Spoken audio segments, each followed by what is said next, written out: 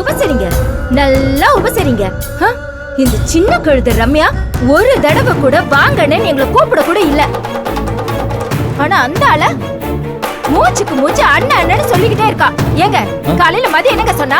Gautham cycle கேட்டு நின்னப்போ எங்க அம்மா மத்தவங்களை தொந்தரவு பண்ணக்கூடாதுன்னு சொல்லிருக்காங்கன்னு சொன்னாலா இல்லையா? சொன்ன சொந்தக்காரங்க நாங்களே மத்தவங்கன்னா யாருன்னே தெரியாத அவங்க யார் அப்போ?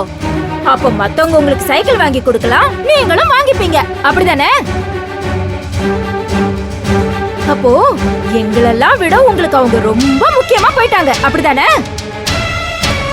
அதுவும் எவ்வளவு ஒரு விலை உயர்வான சைக்கிள் அது. ஏங்க அது எவ்வளவுங்க இருக்கும்?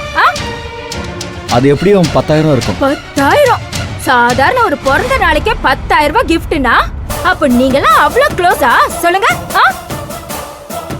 ஏய், அவங்க என்ன சொல்லிட்டா வாங்கிட்டு வந்தாங்க? சொல்லாம கொள்ளாம வாங்கிட்டு வந்து குடுத்துட்டாங்க. எங்களை என்ன பண்ண சொல்ற? நாம ஒரு முடிவுல உறுதியா இருந்தா அவங்க என்ன கொடுத்தாலும் திருப்பி கொடுத்துறணும். அது என்ன ஆளுங்களுக்கு ஏத்த மாதிரி உங்க இஷ்டத்துக்கு உங்க முடிவை மாத்திக்கிறீங்க? ஏய், என்ன பேசுற நீ? ஒருத்தர் மனசார பரிசு கொடுக்கும்போது அது எப்படி திருப்பி கொடுக்கறது? அப்படி கொடுத்தா அவங்கள அவமானப்படுத்துற மாதிரி ஆயிடாதா? அவமானப்படட்டும்.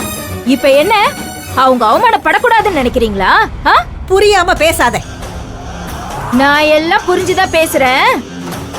வர வர இந்த வீட்ல நடக்கிற எதுவும் எனக்கு விளங்கல. யார் யாரோ வராங்க, யார் யாரோ போறாங்க. இதெல்லாம் நல்லதுக்கு இல்ல. எனக்கெல்லாம் இது எதுவும் சரிப்பட்டு வர மாதிரி தெரியல. கடைசியில் இது எங்க போய் முடியுமோ தெரியல. ஏங்க வாங்க, உங்க நொண்ணி சுட்ட வடவாசத்துக்கு அப்படியே இங்கே தங்கிடாதீங்க. போங்க போடா, வாங்க சொல்றேன்ல. வரேன். ஒரு சந்தோஷமான நாள்ல கூட நிம்மதியா இருக்க விட மாட்டேங்கிறாளே. அவ வாயில இருந்து வரதெல்லாம் வார்த்தை இல்ல, அவ்வளவு விஷம்.